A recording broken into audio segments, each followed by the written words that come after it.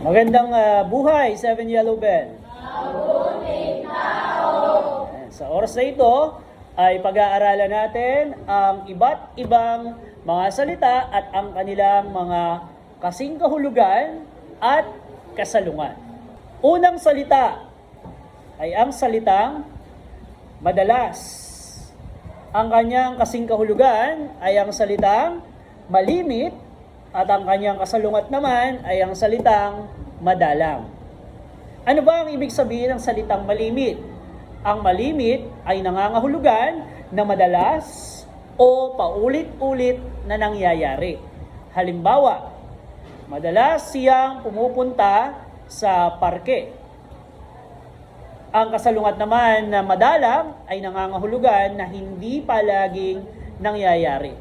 Halimbawa, madalang siyang umuwi sa kanilang tahanan dahil sa kanyang trabaho.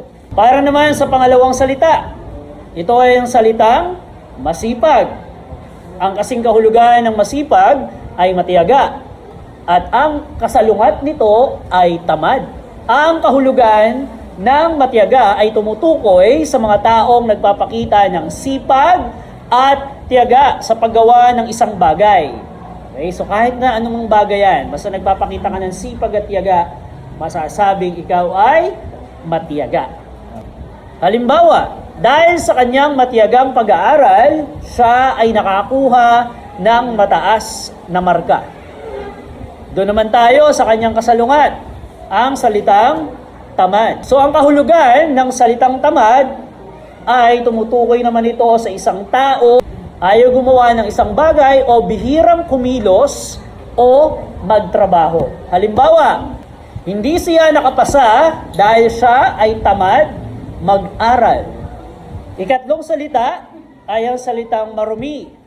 Ang kanyang kasing kahulugan ay gusgusin at ang kasalungat naman nito ay malinis.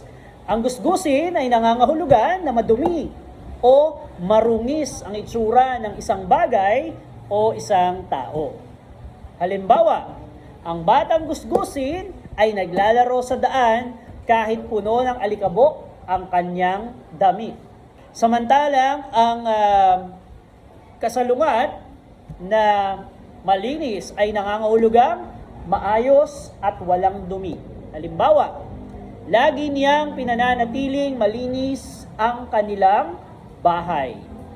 Ika-apat na salita, nangako. Ang kasing kahulugan ng salitang nangako ay tinupad at ang kasalungat naman nito ay pinagwalang bahala. Ano ba ang ibig sabihin ng tinupad? Nangangahulugan ito na isinakatuparan o ginawa ang isang pangako.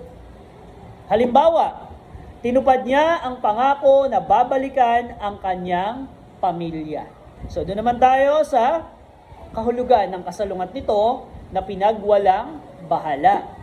Ito ay nangangahulugan na hindi binigyang pansin o hindi pinahalagahan. Halimbawa, pinagwalang bahala niya ang babala ng doktor tungkol sa kanyang kalusugan. Panglimang salita, nakita. Ang kasing kahulugan ng nakita ay nahanap at ang kasalungat naman nito ay di natagpuan. Ano ba ang ibig sabihin o ano ang kahulugan ng nahanap?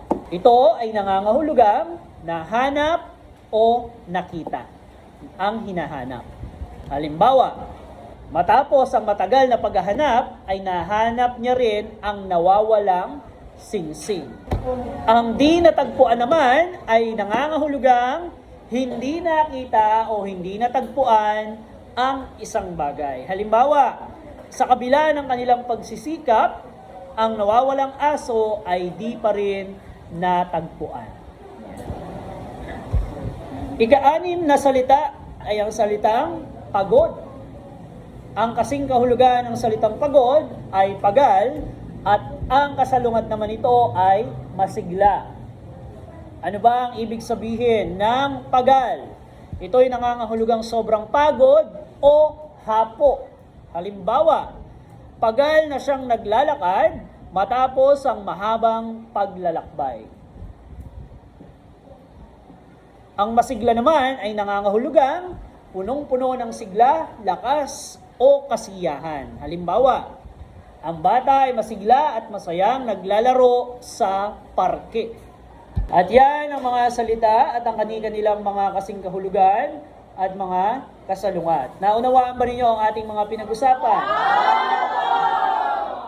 Okay. Kung naunawaan ang ating mga pinag-usapan, ay mangyaring ihanda ang inyong mga notebook para sa ating maiksing pagsusulit.